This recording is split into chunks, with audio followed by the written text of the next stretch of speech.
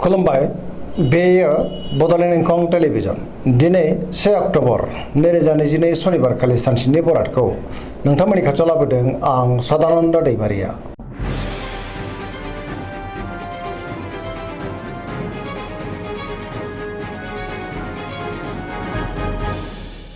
सिगां फरायनो लादों मेष राशि गिबि हांखो अ ल दिनैनि साना जोबोर मोजां, जेरावबो जाफुंसारगोन, जेनिबो आंखाल जानाय नङा। बहाबा दावबायनो एबा हान्थिनो खाबुबो मोननो हागौ, मोजाङै हान्थिनोबो हागोन। मावनो लानाय खामानिखौ थि समावनो मावफुंनो हागोन। गोसोखौ दिनै जोबोर गोजोननाय मोनगोन, गोजोन थासारिखौ मोननोबो हागोन।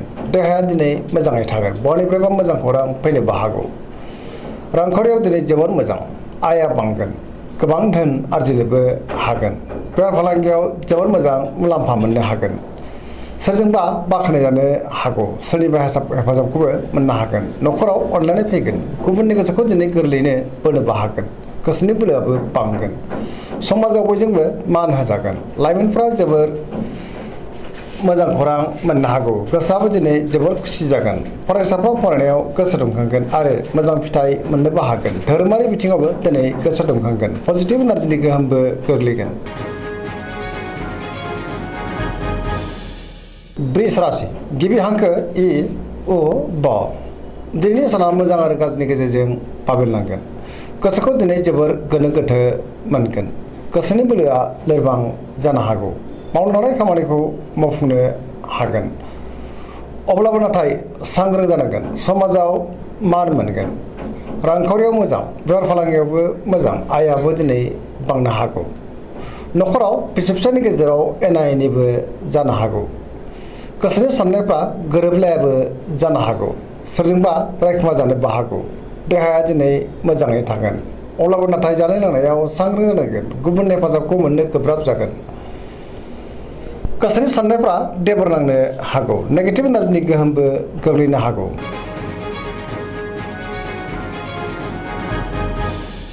मिथुन राशि गिबि हांखो क स दिनैनि साना मोजां आरो गाज्रिनि गेजेरजों बाबेनलांगोन।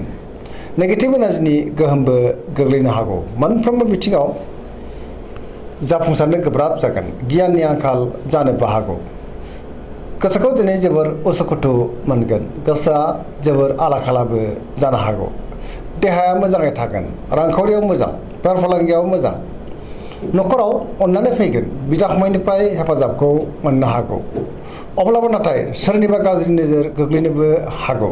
गोसोनि बोलोआ लोरबां जानो हागौ। मावनो लानाय खामानिखौ मावफुंनो गोब्राब जागोन। सोरबा लोगोनिफ्राय गाज्रि खौरांबो मोननो हागौ। गुबुनजों मोजां सोमोन्दो लाखिनो गोब्राब जागोन। सेंग्रा सिख्लाफ्रा जोबोर रमान्टिक जागोन आरो गावबा गावनि गोसोनि साननायखौ फोरमायनोबो हागोन। कर्कट राशि गिबि हांखो ड ह दिनैनि साना जोबोर मोजां, गोसोखौ दिनै जोबोर गोजोननाय मोनगोन। बहाबा थाङोब्ला दिनै जोबोर मोजां आरो मोजाङैनो हान्थिनोबो हागोन। गोसोनि साननाय आरो लुबैनायफ्रा दिनै मोगथाङाव जाफुंनो हागौ। गोसोआव पजिटिभ साननायबो फैदों, गोथों आरो गोग्गो साननो रोंगोन, गियाननि आंखाल जानाय नङा। मावनो लानाय खामानिखौ मावफुंनो हागोन। रांखावरियाव मोजां, बेफार फालांगियावबो जोबोर मोजां होनजायो। न'खरावबो दिनै अनलायनाय फैगोन, बिदा फंबायनिफ्राय थोजासे हेफाजाबबो मोननो हागौ। समाजाव दिनै लोगो लेवा बांगोन, देहाया मोजाङै थागोन। गुबुननि थाखाय गोबां मोजां खामानि मावनानै होनोबो हागोन। समाजाव बयजोंबो अनसायजागोन। फरायसाफ्रा दिनै फरायनायाव गोसो दुंखांगोन आरो मोजां फिथाइ मोननोबो हागौ।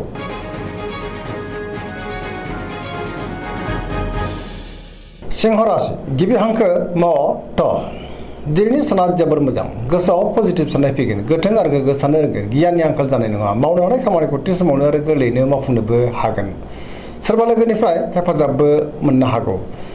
समाजाव लोगो लेवा बांगोन, बहाबा दावबायनो एबा हान्थिनो खाबुबो मोननो हागौ। रांखावरियाव जोबोर मोजां, अब्लाबो नाथाय खरसायाबो बांगोन। मोननो गोनां धोनखौ दिनै मोननो हागोन। बेफार फालांगियाव जोबोर मोजां मुलाम्फा मोनगोन। गोसोनि साननायखौ दिनै गुबुननो फोरमायनोबो हागोन। न'खरावबो अननानै फैगोन, बिदा फंबायनिफ्राय थोजासे हेफाजाब मोननो हागौ। गुबुननि गोसोखौ गोरलैयैनो बोनोबो हागोन। देहायाबो दिनै मोजाङैनो थागोन। सोरजोंबा बाख्नायजानो हागौ। गुबुननि थाखाय गोबां मोजां खामानि मावनानै होनोबो हागोन। समाजारि खामानिखौबो दिनै मावफुंनो हागोन। गोसोआ दिनै जोबोर खुसि जागोन।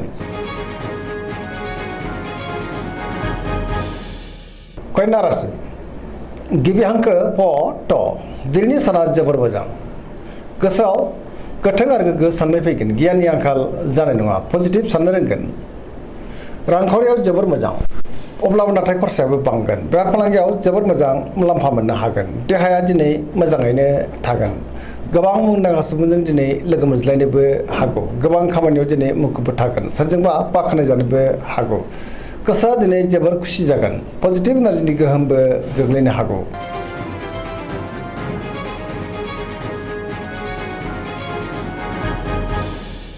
तुला राशि गिबि हांखो र ट दिनैनि साना मोजां आरो गाज्रि गेजेरजों बाबेरलांगोन गोसोआव गोनो गोथो साननाय फैगोन गोथों साननो रोंनाय नङा नेगेटिभ एनार्जिनि गोहोमबो गोग्लैनो हागौ गियाननि आंखाल फैनो हागौ गोसोनि साननायफ्रा टेबर नांगोन मावनो लानाय खामानिखौ मावफुंनो गोब्राब जागोन माबा नङा माबा मोनसे हेंथा फैनोबो हागौ रांखावरियाव दिनै जोबोर मोजां अब्लाबो नाथाय खरसायाबो बांगोन न'खराव बिसि फिसायनि गेजेराव अननानै फैगोन बिदा फंबायनिफ्राय थोजासे हेफाजाबबो मोननो हागौ गुबुननि गोसोखौ बोनो गोब्राब जागोन सोरबा लोगोनिफ्राय गाज्रि खौरांबो फैनो हागौ सांग्रां जानाया गाहाम गोदान थांखि लानो रोंनाय नङा जायखि खामानि मावा मानो मोनफ्रोमबो खामानिखौनो मावफुंनायाव जोबोर सांग्रां जानांगोन गोसोआव गोनो गोथो साननाय फैनो हागौ नेगेटिभ एनार्जिनि गोहोमबो गोग्लैनो हागौ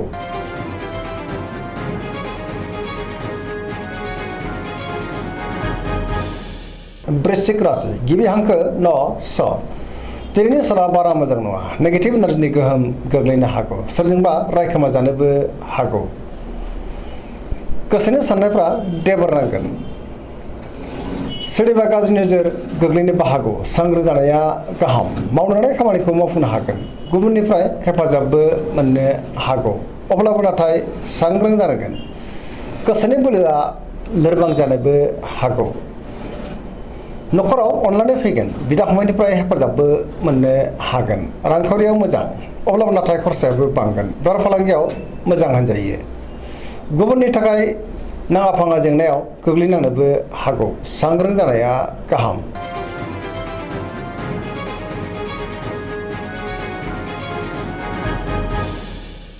धनु राशि गिबि हांखो ध फ भ दिनैनि साना जोबोर मोजां गोसोखौ दिनै जोबोर गोजोननाय मोनगोन गोसोआव बोलो बांगोन मावनो लानाय खामानिखौ थि समावनो आरो गोरलैयैनो मावफुंनोबो हागोन माबा नङा माबा मोनसे मोजां खौरां मोननोबो हागौ गोसोनि साननायफ्रा दिनै मोगथाङाव जाफुंनोबो हागौ रांखावरियाव जोबोर मोजां आयआ बांगोन बेफार फालांगियावबो दिनै जोबोर मोजां होनजायो समाजाव मान मोनगोन बहाबा थाङोब्ला दिनै जोबोर मोजां आरो मोजाङैनो हान्थिनोबो हागोन गुबुननि गोसोखौ दिनै गोरलैयैनो बोनोबो हागोन सोरजोंबा बाख्नाय जानोबो हागौ सेंग्रा सिख्लाफ्रा जोबोर खुसि जागोन आरो बहानिफ्रायबा मोजां खौरां फैनोबो हागौ लाइमोनफोरनि गोसोआ दिनै जोबोर खुसि जागोन आरो रमान्टिकबो जागोन फरायसाफ्रा फरायनायाव गोसो दुंखांगोन आरो मोजां फिथाइ मोननोबो हागोन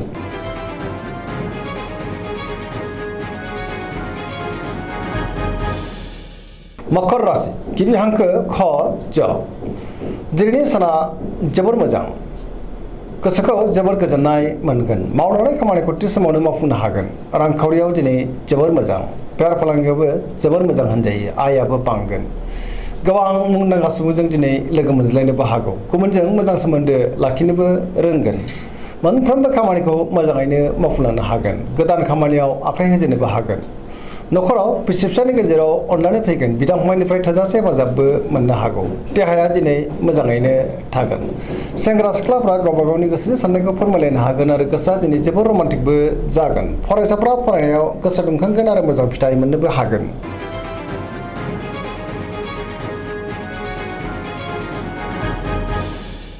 कुम्भ राशि गिबि हांखो ग स दिनैनि साना जोबोर मोजां गोसोखौ दिनै जोबोर गोजोननाय मोनगोन मावनो लानाय खामानिखौ थि समावनो मावफुंनो हागोन बहानिफ्रायबा मोजां खौरां फैनोबो हागौ समाजाव गोबां मान मोनगोन गोबां मुंदांखा सुबुंजों दिनै लोगो मोनज्लायनोबो हागौ सोरनिफ्रायबा मोजां बोसोन मोननोबो हागौ रांखावरियाव मोजां बेफार फालांगियावबो दिनै जोबोर मोजां सिगांनि बयबो आद्रा खामानिखौबो दिनै मावफुंनो हागोन देहाया मोजाङै थागोन अब्लाबो नाथाय जानाय लोंनायाव सांग्रां जानाया गाहाम न'खराव दिनै अनलायनाय फैगोन गुबुननिफ्राय थोजासे हेफाजाबबो मोननो हागौ बिमा बिफानि अननाय आरिफोरखौबो दिनै मोननो हागौ बहाबा दावबायनो एबा हान्थिनो खाबु मोननोबो हागौ गोसोआव पजिटिभ साननाय फैगोन गोथों आरो गोग्गो साननो रोंगोन गियाननि आंखाल जानाय नङा